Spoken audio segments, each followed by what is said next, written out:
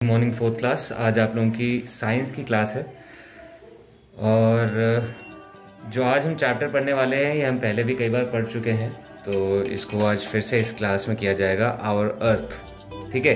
तो हम अपने अर्थ के बारे में पढ़ेंगे कि ये कैसे रोटेट करती है और कितने रेवोल्यूशंस करती है और किस तरह हमारे अर्थ पे दिन और रात होते हैं, अर्थ के कितने लेयर्स हैं। तो ये सारी चीज़ें जो हैं हम आज अपनी क्लास में पढ़ने वाले हैं। तो स्टार्ट करते हैं। The earth is the third planet from the sun in our solar system. When the earth was formed, it was a huge ball of dust and hot gases that kept spinning. The gases slowly cooled down and the earth gradually solidified. तो यहाँ पे अर्थ की history लिखी है। तो अर्थ जो है आपको पता है सोलर सिस्टम में पहले मर्क्यूरी आता है, फिर वीनस आता है, फिर अर्थ आता है, ठीक है। तो जो अर्थ है हमारा वो थर्ड नंबर पे आता है, सन से थर्ड नंबर पे आता है। और जब अर्थ पूरी तरह से ज़मीन भी नहीं थी, ठीक है, जब अर्थ शुरुआत में फॉर्म हो ही रही थी, तो इसमें लिखा है कि जब अर्थ पे कोई ज़मीन नहीं थी, कोई पानी नहीं था, तो सिर्फ उसमें क्या था, ह्यूज बॉल था यह अर्थ हमारा, एक बहुत बड़ा बॉल था, किसका, धूल का और गर्म हवाओं का, गैसेस का। तो सिर्फ डस्ट थी अर्थ पे और गैसेस थी, हॉट गैसेस थी जो कि घूमे जा रही थी, ठीक है। तो हमेशा से अर्थ मतलब नहीं थी। पहले अर्थ क्या थी, धूल और आपकी गैस, इन दोनों से अर्थ का फॉर्मेशन था। मतलब सिर्फ अर्थ में धूल थी और गैसेस थी और वो गोल गोल गोल गोल घूम रही थी अर्थ के अंदर। तो एक दिन वो स्टॉप हो गई स्पिन करना गोल गोल, मतलब, और जो है अर्थ स्लोली कूल डाउन हुई, यानी कि ठंडी हुई, और अर्थ क्या है, धीरे धीरे वहाँ पे ज़मीन बनी, फिर पानी आया। तो ये जो गैसेस हैं मिलके, हाइड्रोजन और ऑक्सीजन मिलके पानी बना और ज़मीन बनी, धूल मिट्टी मिलके ज़मीन बनी। तो जब धीरे धीरे जब ये आपका अर्थ कूल डाउन हुई, ठंडी हुई, तो ये हमारे अर्थ ने प्रॉपर फॉर्म लिया है जो कि आज हम जिस पे रहते हैं, ठीक है। जैसे अगर आज हम देखें हॉट बॉल ऑफ गैसेस में जुपिटर है। जुपिटर क्या है, सिर्फ धूल और गैसेस ही हैं और वो गोल गोल अपने प्लैनेट में घूमे जा रही हैं। उसी तरह अर्थ भी पहले ही ऐसे था, लेकिन अब जो है वो ठंडी हो चुकी है अर्थ, और उस पे क्या है, धूल और मिट्टी जो है वो मिट्टी बन चुकी है, ज़मीन बन चुकी है, गैसेस पानी बन चुके हैं और काफ़ी गैसेस आज हवा में भी हैं। The Earth is only known planet on which life exists. तो अर्थ एक अकेला ऐसा प्लैनेट है जिस पर लाइफ है। This is due to the following factors. ये इस वजह से है, ये जो ऑप्शन यहाँ पे आपके फैक्टर्स दिए हैं, इन वजहों की वजह से अर्थ पे लाइफ है। तो पहली वजह क्या है, the earth receives just enough light and heat energy from the sun which is suitable for the survival of living organisms. तो अर्थ एक ऐसा प्लैनेट है जिसको इनफ यानी कि काफ़ी अमाउंट ऑफ लाइट में लाइट मिल जाती है और गर्म मिलती है। न ज़्यादा लाइट मिलती है, न कम लाइट मिलती है, ठीक है। न ज़्यादा गर्मी मिलती है, न एकदम परफेक्ट अमाउंट ऑफ गर्मी और लाइट मिलती है हमारी धरती में लोगों के, लिविंग बींग्स के, लिविंग ऑर्गेनिजम्स के जिंदा रहने के लिए जो ज़रूरी है। सेकेंड है, the temperature on the surface of the earth is neither too hot neither too cold. तो अर्थ का जो टेम्परेचर है ना ही ज़्यादा ठंडा है और ना ही ज़्यादा गर्म है, तो जिसकी वजह से लोग यहाँ पे जिंदा रह पाते हैं या लिविंग ऑर्गेनिजम्स। सेकेंड है, oxygen and water are present on our planet which are essential to sustain life. तो हवा और पानी, ऑक्सीजन और पानी, हवा तो सारे प्लैनेट्स पे है लेकिन सारे प्लैनेट्स पे ऑक्सीजन नहीं है। तो हमारे प्लैनेट पे ऑक्सीजन है और पानी है जिसकी वजह से हम लोग जिंदा रह पाते हैं। A blanket of air is called atmosphere. अब चौथा फैक्टर क्या है, हमारे एयर में हमारा जो एयर है वो हमारा एटमॉस्फेयर बनाता है, ठीक है। ये एयर की एक मोटी परत है हमारे अर्थ के ऊपर जिसको हम अपना एटमॉस्फेयर कहते हैं। ये अर्थ के चारों ओर ये एटमॉस्फेयर होता है, ठीक है। ये पूरा गैस से आपका एक ब्लैंकेट जो है अर्थ को कवर करी हुई है। इसमें गैसेस गैसेस गैसेस गैसेस होती हैं, ठीक है। ये अर्थ के चारों ओर हैं। अब इससे क्या होता है कि जो गर्मी होती है, जब सन की गर्मी आती है तो वो अंदर ही रह जाती है। गैसेस जो हैं उसे एक बार अंदर ले लें तो उन्हें बाहर नहीं जाने देते, जिसकी वजह से अर्थ हमारी गर्म रहती है। बाकी प्लैनेट्स पे ये ब्लैंकेट नहीं है, एटमॉस्फेयर नहीं है। जिसकी वजह से जब अर्थ पे जब गर्मी आती है या सन रेज पड़ती हैं, तो अगर उस प्लैनेट पे अगर सन रेज पड़ती है तो वो गर्म हो जाता है, लेकिन वो रुक नहीं पाता। फिर जैसे ही वो थोड़ा और दूर होता है या फिर अंधेरा होता है तो वो सारी गैसेस, सारी गर्मी हवा में निकल जाती है। ठीक है, अर्थ में गैसेस होने की वजह से जो गर्मी होती है वो अंदर ही ट्रैप हो जाती है, वो बाहर नहीं निकल पाती। ठीक है, वो बाहर नहीं निकल पाती, जिसकी वजह से अर्थ वार्म रहती है, बहुत ज्यादा गर्म नहीं होती, वार्म रहती है। The ozone layer present in the Earth's atmosphere protect us from the harmful ultraviolet rays of the sun। तो जो सन से हमें रेज मिलती हैं वो सिर्फ मतलब हमको वार्मथ नहीं देती हैं, इसमें अल्ट्रावायलेट रेज भी होती हैं, यूवी रेज जिन्हें कहते हैं, जिसकी वजह से मतलब लोग मर सकते हैं, जानवर मर सकते हैं, कैंसर होता है, और बहुत हार्मफुल रेज होती हैं ये अल्ट्रावायलेट रेज, जो कि सन डायरेक्टली प्लैनेट्स की तरफ फेंकता है। लेकिन हमारे एटमॉस्फेयर होने की वजह से, जिसको एटमॉस्फेयर कहते हैं, हमारा ओजोन लेयर होने की वजह से ये अल्ट्रावायलेट रेज हम तक नहीं पहुंच पाती। ठीक है, तो ये 4 वजह हैं। पहला, ये हमारे धरती पे इनफ अमाउंट ऑफ लाइट है, इनफ अमाउंट ऑफ गर्मी है। दूसरा, हमारे अर्थ का टेम्परेचर ना ही ज्यादा ठंडा है ना ही ज्यादा गर्म है। तीसरा, यहाँ पे ऑक्सीजन है और पानी है। और चौथा, हमारे पास एटमॉस्फेयर है जो कि गर्मी को प्लैनेट पे रोक के रखता है, हमारे अर्थ को वार्म रखता है। और दूसरा, हमारा ओजोन लेयर जो हमें अल्ट्रावायलेट रेज से बचाता है। ओके, नेक्स्ट है स्ट्रक्चर ऑफ द अर्थ। अब अर्थ का स्ट्रक्चर कैसा है? The outer layer of the earth is called the crust. तो अर्थ के देखो यहाँ पे 4 लेयर्स हैं, तो उनके बारे में हम पढ़ेंगे। तो सबसे ऊपर का जो लेयर है उसको, वो पतली सी लेयर आप देख रहे हो, इसको क्रस्ट कहते हैं। ठीक है, ये क्रस्ट है जिसपे हम खेती बाड़ी कर लेते हैं या हम इन पे रह लेते हैं, अपने घर बनाते हैं, तो हम क्रस्ट पे बनाते हैं। ये बहुत ही यहाँ से आपको नहीं दिख रहा होगा, तो ये क्रस्ट जो है इस पे हम अपना पूरा जो है खेती बाड़ी, ये पतली सी आप जो लेयर देख रहे हो इसको क्रस्ट कहते हैं। It is a thin layer of most solid rocks. It includes soil. The mantle lies below the crust and it is made up of very hot rocks. तो जो क्रस्ट है उसमें आपको मिट्टी मिलेगी, यानी कि सॉइल मिलेगी, जिस पे आप, मैंने आपको बताया, फार्मिंग कर सकते हो। उसके नीचे जो होता है, ये आप लाल कलर के देख रहे हो, इसको मैंटल कहते हैं। मैंटल क्या होता है? बहुत गर्म पिघले हुए रॉक्स होते हैं, ठीक है, जिसकी वजह से वॉल्केनोज आपने देखे होंगे। तो वॉल्केनो में जो ये आपका इस तरह छोटा सा वॉल्केनो आपका जो हमारी धरती पे होता है, ये जो इसमें से गर्म लावा निकलता है, बेसिकली ये मैंटल का लावा होता है। ये हमारे मैंटल से निकल के हमारी धरती पर गिरता है। ठीक है, तो इसीलिए यहाँ पे ये लाल दिखा है। और इसके बाद हम पढ़ेंगे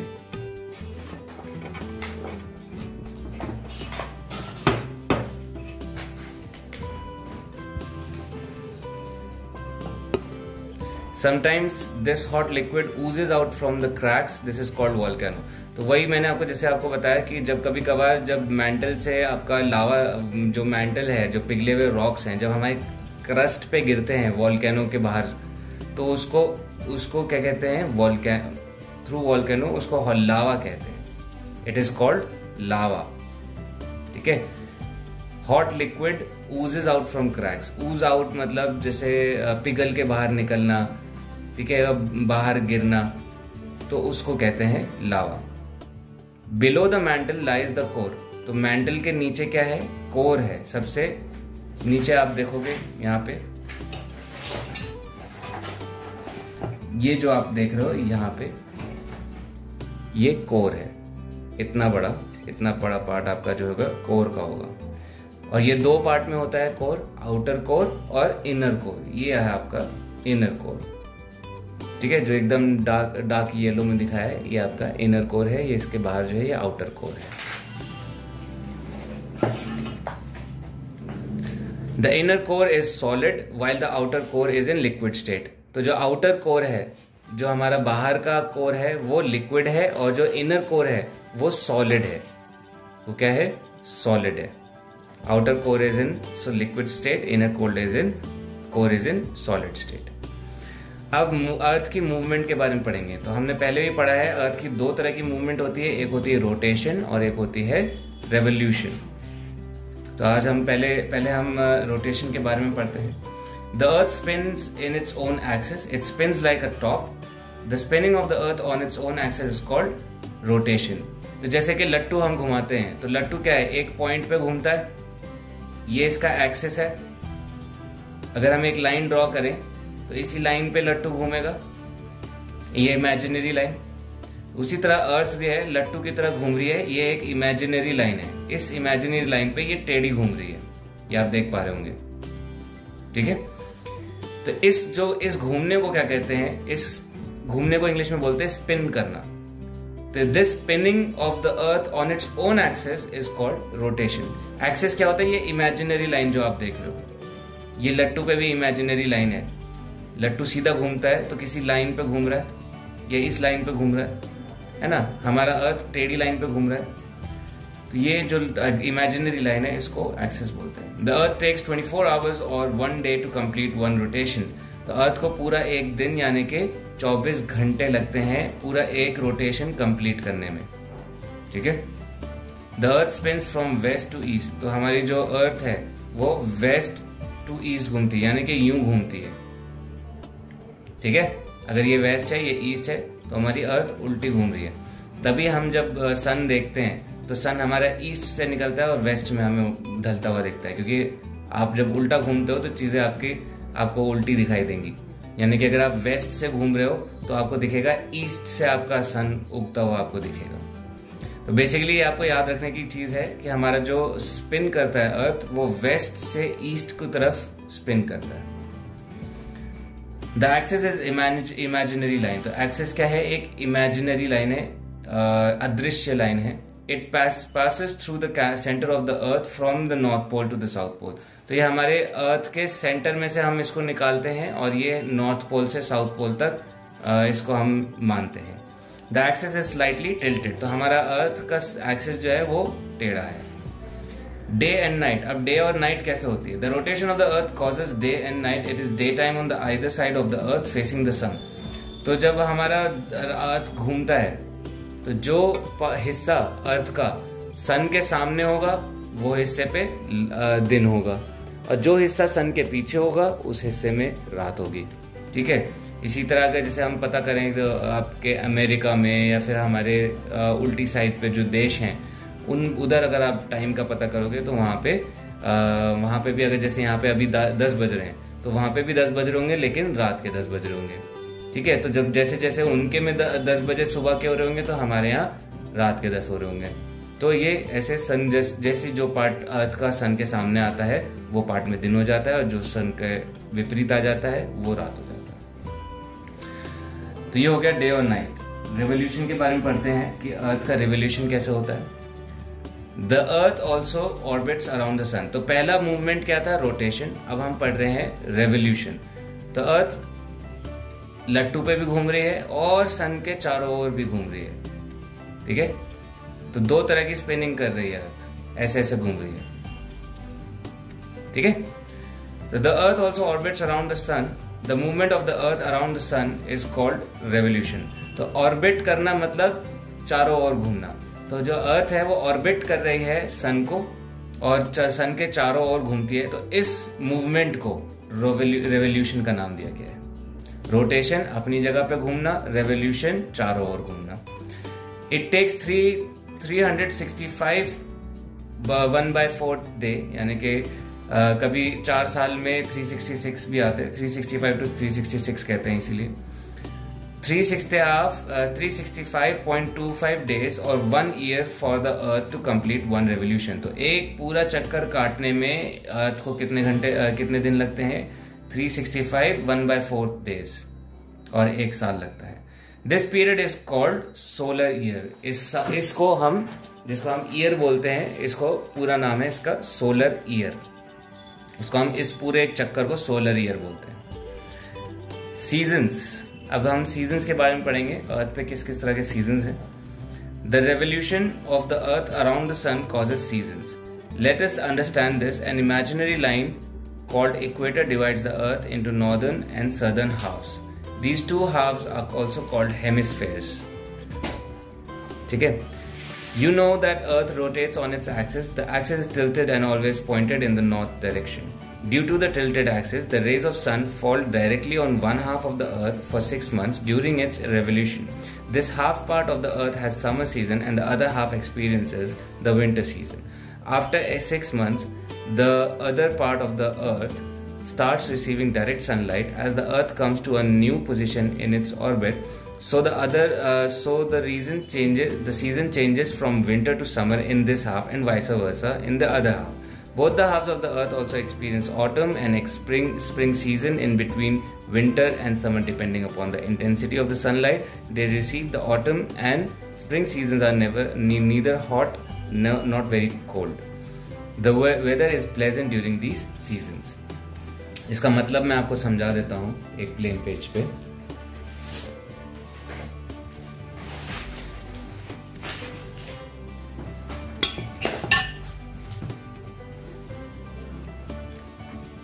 तो मान लेते हैं ये हमारा सन है, ठीक है.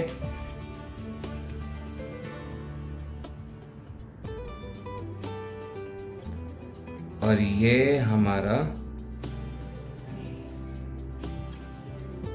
अर्थ है. अब हमें पता है कि अर्थ जो है थोड़ी सी टेढ़ी है. ये मैंने एक्सिस बना दिया आपको समझाने के लिए.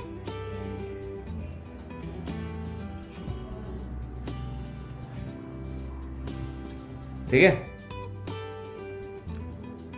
तो जो हमारी अर्थ है ऐसे ऐसे घूमते हुए यहाँ पे आती है, फिर ऐसे ऐसे घूमते हुए फिर यूं घूमते हुए इधर जाती है. तो ये ऐसे चक्कर काटती है हमारी, यूं चक्कर काटती है अर्थ.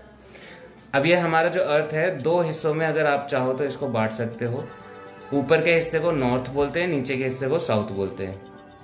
यहाँ पे ऊपर के हिस्से को नॉर्थ बोलते हैं, नीचे के हिस्से को साउथ बोलते हैं. तो ये दो हेमिस्फेयर्स हैं. क्या है ये? हेमिस्फेयर्स. ऊपर का हिस्सा क्या हो गया? Northern hemisphere. नीचे का हिस्सा क्या हो गया? Southern hemisphere. यहाँ पे भी ऊपर का हिस्सा नॉर्दर्न हेमिस्फेयर है, ये भी सदर्न हेमिस्फेयर. ये अर्थ है हमारी, अगर आपको कंफ्यूजन हो रही हो तो. ठीक है. तो अब यहाँ पे देखो, अगर आप देखोगे तो अर्थ का जो मुंह है यानी कि नॉर्दर्न हेमिस्फेयर है वो सन के पास है ना. अब ये चक्कर खाते हुए जा तो रही है लेकिन ये अभी इस पोजीशन पे है, टेढ़ी पोजीशन पे है ना. अभी तो नॉर्थ में जो एरिया नॉर्थ का है वो सन के पास है, यहाँ पे गर्मी ज्यादा पड़ रही होगी. और जो एरिया पीछे है वहां पे गर्मी कम पड़ रही होगी. यहाँ पे विंटर हो गया क्योंकि यहाँ पे सन की लाइट ज्यादा नहीं पहुंच पा रही और यहाँ पे सन की लाइट डायरेक्ट पहुंच पा रही है. तो ऊपर क्या हो गया? समर हो गया. तो हमारी अर्थ घूमते हुए इधर पहुंचती है. तो अब क्या हो गया? देखो, नॉर्थ वाला पार्ट वो दूर हो गया और सदर्न वाला पार्ट वो सामने हो गया. तो अब सन की डायरेक्ट रेस किस पे पड़ रही हैं? जो पार्ट अर्थ का आगे है. और वो कौन सा पार्ट है? South, southern part. Southern hemisphere पे अब समर हो गया और नॉर्दर्न हेमिस्फेयर पे अब विंटर हो गया. समझ में आया आपको?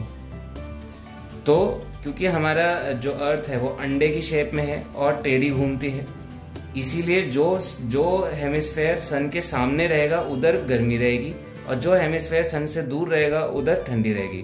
और जब घूम के वो इधर पहुंच जाता है तो फिर ये उल्टा हो जाता है. तो इसी तरह यहाँ पे समर और यहाँ पे विंटर होता है. और फिर यहाँ बीच में यहाँ पे स्प्रिंग का सीजन भी आता है. यहाँ पे भी स्प्रिंग का सीजन आता है जो कि ना कि ज्यादा ठंडा होता है ना गर्म होता है. उसी तरह ऑटम आता है, पतझड़ जिसे कहते हैं. यहाँ पे भी ऑटम आ जाता है इस बीच में, है ना. तो ये सीजन्स हैं जो आपके रेवोल्यूशन की वजह से हो रहे हैं. और जो आपके रात और दिन हो रहे हैं वो किसकी वजह से हो रहे हैं? रोटेशन की वजह से. रेवोल्यूशन की वजह से सीजन बदलते हैं, रोटेशन की वजह से दिन और रात बदलते हैं. लास्ट हम देख लेते हैं. Season bring changes in the life on the earth. In the winter season, because of cold, we wear woolen clothes and try to remain mostly inside the house. Some animals go under the ground during winter and hibernate. The furs of animals thicken to protect them from cold. Certain plants bloom and give more fruits in the winter. In the summer months, people wear light clothes and men and animals try to save themselves from the burning sun. Some other plants grow in the summer months in order to save energy. Some trees cast off their leaves in preparation for the long cold months. तो यहाँ पे ये लिखा है कि winters में और summers में सीजन चेंज होने की वजह से हमारे जो लाइफ है अर्थ पे वो बदल जाती है, क्योंकि जैसे कुछ एनिमल्स जो होते हैं वो हाइबरनेशन में चले जाते हैं सर्दियों के टाइम पे। इंसान लोग भी गरम गरम कपड़े पहनने लगते हैं, घरों के अंदर रहते हैं ज़्यादातर ठंड से बचने के लिए। तो जो जानवर हैं वो हाइबरनेशन क्या होता है, जैसे अगर कोई भालू है तो वो 4-4 महीने 5-5 महीने के लिए सोने के लिए चले जाते हैं, अगर आपको नहीं पता हो। लिजर्ड्स होगा आपके, ये हाइबरनेशन मोड पे चले जाते हैं, ये सो जाते हैं, ये खूब सारा खाना खा के अपना एक बहुत सारा फैट का परत जमा के ये सोने चले जाते हैं और ये फिर 3-4 महीने कुंभकर्ण की तरह सो जाते हैं और जब फिर गर्मियाँ आती हैं तब उठते हैं। ठीक है, तो द फर्स ऑफ द एनिमल्स ये मोटे हो जाते हैं हाइबरनेशन के टाइम पे, क्योंकि इस फर के अंदर फैट जमा होता है और वो उस फैट से अपना क्या कहते हैं इस हाइबरनेशन के दौरान जिंदा रहते हैं। समर में जो है पीपल जो लोग होते हैं वो हल्के कपड़े पहनते हैं और जो एनिमल्स होते हैं वो भी अपनों को धूप से बचाने की कोशिश करते हैं। अगर आपने देखा होगा सड़क पे अगर कुत्ता वुत्ता भी होगा तो वो छांव के अंदर ही लेटने की कोशिश करते हैं, क्योंकि समर में गर्मी बहुत होती है, धूप बहुत होती है। ठीक है, और पेड़ भी यहाँ तक के सर्दियों में कुछ पेड़ ज़्यादा फल देते हैं और गर्मियों में कुछ पेड़ ज़्यादा फल देते हैं। तो अलग अलग तरह के सीजन में अलग अलग तरह के फ्रूट्स आप देखते हो, वेजिटेबल्स आप देखते हो, क्योंकि वो सीजन के हिसाब से बदलते हैं। ठीक है, तो यहाँ पर ही हमारा चैप्टर खत्म होता है। अब हम आपके क्वेश्चन आंसर्स करेंगे। तो पहला क्वेश्चन है, the inner most layer of the earth is called, inner most सबसे अंदर की लेयर क्या है, core. Life is not possible on earth without moon star sun, sun के बिना अर्थ पे लाइफ पॉसिबल नहीं होती। The earth spins on its axis from, अब एक्सिस पे किस से घूमता है, मैंने आपको बताया था ईस्ट से वेस्ट घूमता है, वेस्ट से ईस्ट घूमता है, तो वेस्ट टू ईस्ट घूमता है। सारे ही आंसर इसमें सी है। Dash and dash are present on the earth, oxygen and water. The dash protects us from the harmful ultraviolet rays of the sun. Ozone layer बचाती है हमारी। The surface of the earth is enveloped by atmosphere. Enveloped क्या मतलब, blanket, जब जिस envelop मतलब cover, तो अर्थ को कवर किसने किया हुआ है, हमारे एटमॉस्फेयर ने कवर किया हुआ है। Dash is the outer most layer of the earth. Outer most layer कौन सी है, जिसपे हम लोग खेती बाड़ी कर लेते हैं या रहते हैं, घर बनाते हैं, क्रस्ट कहते हैं उसे। About dash percentage of air is nitrogen and 21% is of 78% जो है हमारी अर्थ की एयर नाइट्रोजन की है और 21% जो है वो ऑक्सीजन है, और उसके अलावा जो 1% रह जाता है वो अदर गैसेज है, कार्बन डाइऑक्साइड हो गई और भी बहुत तरह की गैसेज होती हैं जो कि हमारी एयर में मिलती हैं। Below the mantle lies, mantle के नीचे क्या होगा, outer core. The orbit on which the earth travels around the sun is elliptical. Elliptical यानी कि अंडे की शेप में रेवोल्यूशन होती है। अगर ये सन है तो ये जो हमारा ऑर्बिट है वो ऐसा है। ठीक है, हमारा अर्थ ऐसे घूमता है, ये ऑर्बिट है, ये इमेजिनरी ऑर्बिट, इमेजिनरी लाइन होती है, ये हमारा सन है। ठीक है, द अर्थ हैज 2 लेयर्स, ये ट्रू और फॉल्स है। द अर्थ के 2 लेयर्स होते हैं, मेंटल और कोर, ये फॉल्स है। हमारे 4 लेयर्स होती है। The pollution in the atmosphere causes harmful effects on living organisms, ये ट्रू है, पोल्यूशन की वजह से हमको हार्मफुल इफेक्ट्स होते हैं। The earth spins on its axis from east to west, ये फॉल्स है, एक्सिस पे वेस्ट टू ईस्ट घूमता है अर्थ।